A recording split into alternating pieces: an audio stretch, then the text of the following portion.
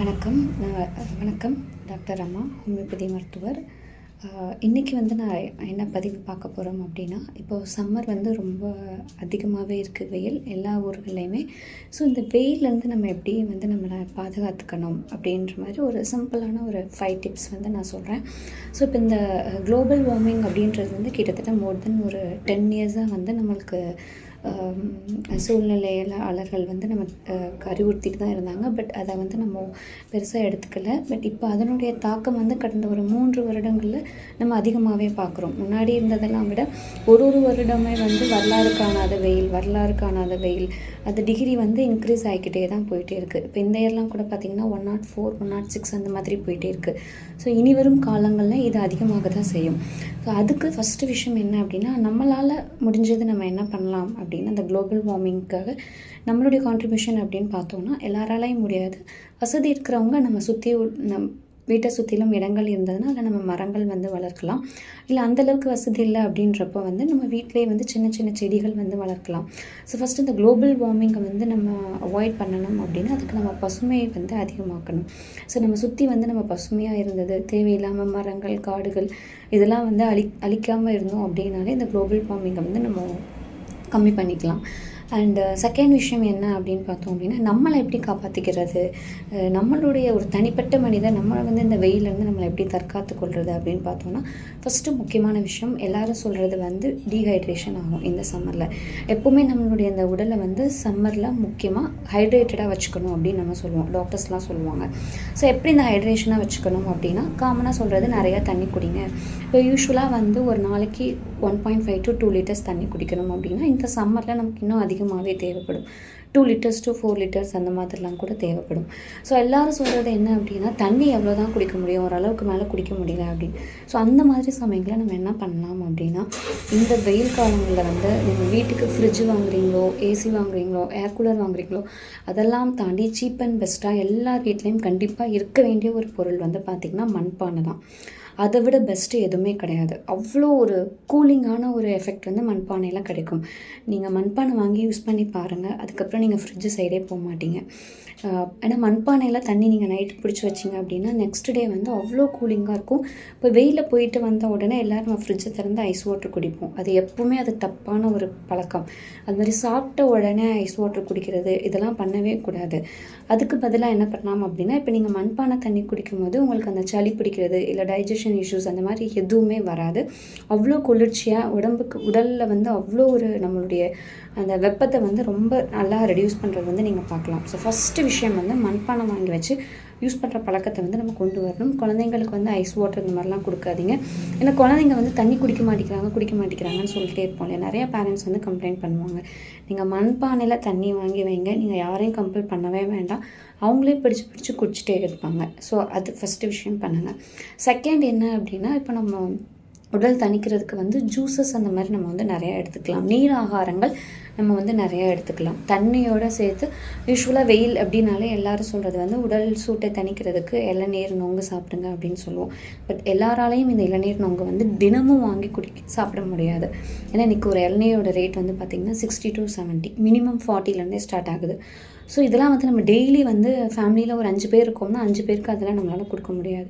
So அதுக்கு மாற்றாக எளிமையாக சீப் அண்ட் பெஸ்ட்டாக நம்ம என்ன பண்ணலாம்னா, ஃபஸ்ட்டு விஷயம் மண்பானை.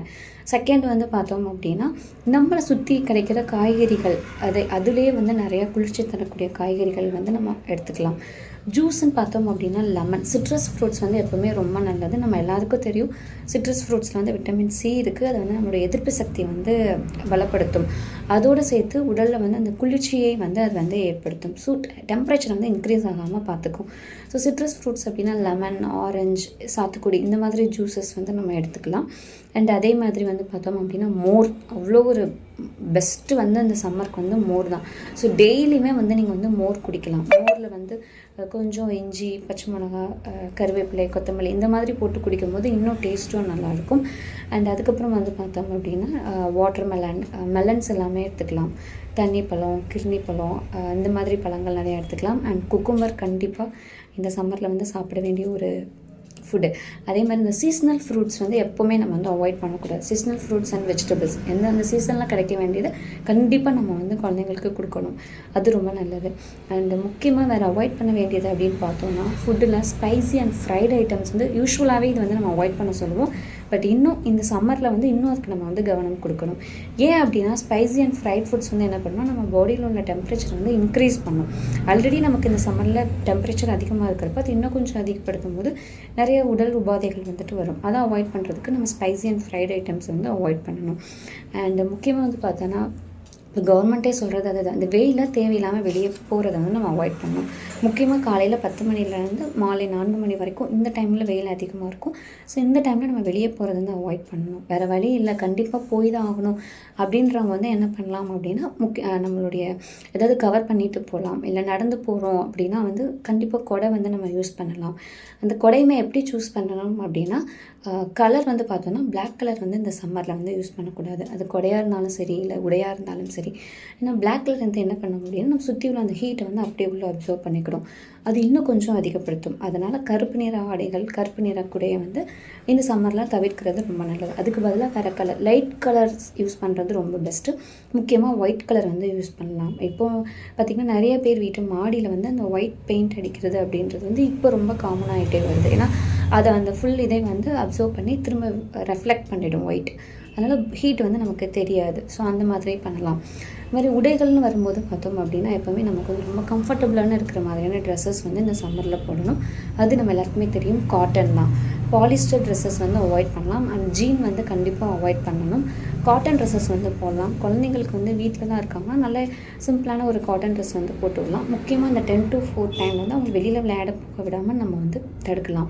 அதுக்கு என்னெல்லாம் பண்ணலாம், எப்படி குழந்தைங்களுக்கு லீவ் விட்டாங்க, எப்படி நம்ம அவங்கள சமாளிக்கிறது அப்படின்னு தெரியல அப்படின்னா ஸோ அதுக்கு என்னெல்லாம் பண்ணலாம் அப்படின்னா வீட்டுக்குள்ளே அவங்களுக்கு இருக்கிற மாதிரி நிறைய ஆக்டிவிட்டீஸ் வந்து அவங்கள வந்து பண்ண வைக்கலாம்.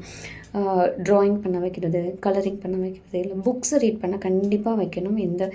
இந்த வெக்கேஷன் பீரியடாக அவங்களுக்கு ஒரு நல்ல லீவ் விட்டாங்க, எதுவுமே படிக்க தேவையில்லை அப்படின்ற மாதிரி இல்லாமல் நார்மலான கதைகள், புக்ஸ் இந்த மாதிரி ரீட் பண்ண வைக்கலாம். அண்டு வேறு ஏதாவது அவங்க ஆக்டிவிட்டி பேஸ்டில் வந்து அவங்களுக்கு நம்ம நிறையா திங்ஸ் வந்து வாங்கி தரலாம்.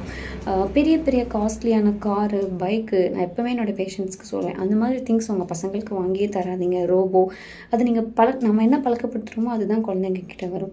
நீங்கள் அவங்க குழந்தையா இருக்கும் போதுலேருந்தே அவங்களுடைய பிரெயின் ஆக்டிவிட்டி இம்ப்ரூவ் பண்ணுற மாதிரியான டாய்ஸ் இந்த மாதிரி வாங்கி கொடுத்தோம்னா வளர அவங்க அதுலேயே தான் அவங்க போவாங்க. நிறைய பேர் பார்த்துருக்கோம் இல்லையா, 15,000 20,000 டாய்ஸ் கேட்குறது, அதை உடனே வாங்கி தருது. தயவுசெய்து அந்த தப்பு வந்து பண்ணாதீங்க. ஸோ இன்டோர் கேம்ஸில் வந்து நிறையா அவங்கள வந்து நம்ம இது பண்ணலாம். கேரம், செஸ் இந்த மாதிரி பண்ணலாம். அண்ட் ஆக்டிவிட்டி பேஸில் வந்து நம்ம கொடுக்கலாம். கிராஃப்ட் ஐட்டம்ஸ் வந்து நம்ம உட்காந்து ஹெல்ப் பண்ணலாம். குழந்தைங்களுக்கு நம்ம இந்த மாதிரியான மெத்தட்ஸ்லாம் ஃபாலோ பண்ணலாம். அண்டு அதுக்கப்புறமா வந்து பார்த்தோம் அப்படின்னா வந்துட்டு ஏதாவது ஒன்று வந்து அவங்களுக்கு நம்ம ஜூஸ் அந்த மாதிரி ஐட்டம்ஸ் வந்து அப்பப்போ கொடுத்துட்டே இருக்கணும். தண்ணி கொடுத்தாலும் எவ்ரி 1 hour or 2 hours ஒன்ஸ்க்கு இப்போ நான் சொன்னதில் ஏதாவது ஒரு ஜூஸ் மாதிரியோ இல்லை ஃப்ரூட்ஸ் மாதிரியோ நிறையா எடுத்துக்கலாம். அண்ட் வெஜிடபிள்ஸ் சைடு போகும்போது பார்த்தோம் அப்படின்னா இந்த வாட்டரி வெஜிடபிள்ஸ்ன்னு சொல்லக்கூடிய சொரக்காய், பொடலங்காய், சௌச்சௌ இந்த மாதிரியான காய்கறிகள் வந்து நம்ம பம்ப்கின் இதெல்லாம் நம்ம உணவுகளை வந்து நிறையா சேர்த்துக்கிட்டோம்னா இந்த வெயிலில் வந்து நம்ம பாடி ஹீட்டை வந்து நம்ம கம்மி பண்ணிக்கலாம். அண்டு இது தவிர ஜென்ரலாக யூஸ்வலாகவே நம்ம ஃபாலோ பண்ண வேண்டியது என்ன அப்படின்னா வெந்தயம். சீட்ஸில் பொறுத்த வரைக்கும் வெந்தயம் ஃபெனுக்ரிக்குன்னு சொல்லுவோம். அது அவ்வளோ நல்லது. பாடி ஹீட்டை வந்து ரொம்ப நல்லாவே ரெடியூஸ் பண்ணும். ஒரு ஸ்பூனில் 2 ஸ்பூன் நைட்டு தண்ணியில் ஊற வச்சுட்டு நெக்ஸ்ட் டே மார்னிங் வந்து அதை ஃபில்ட்ரு பண்ணி அந்த தண்ணியை நம்ம அப்படியே குடிச்சிக்கலாம். இது நல்லாவே பாடி ஹீட் வந்து கம்மி பண்ணும். குழந்தைங்களுக்கு கொடுக்குறதா இருந்தால் நம்ம வெந்தய களி மாதிரி ரெடி பண்ணி கொடுக்கலாம். அது கொஞ்சம் ஸ்வீட் பண்ணி வெல்லம் இதெல்லாம் போட்டு கொடுக்குறப்ப டேஸ்ட்டாகவும் இருக்கும். அவங்க ஈஸியாக எடுத்துக்கிறதுக்கும் ஹெல்ப்ஃபுல்லாக இருக்கும். அண்ட் இன்னொரு முக்கியமான இந்த சப்ஜா சீட்ஸ்ன்னு சொல்லுவோம். ஸோ அது வந்து உடல் குளிர்ச்சிக்கு ரொம்ப நல்லது.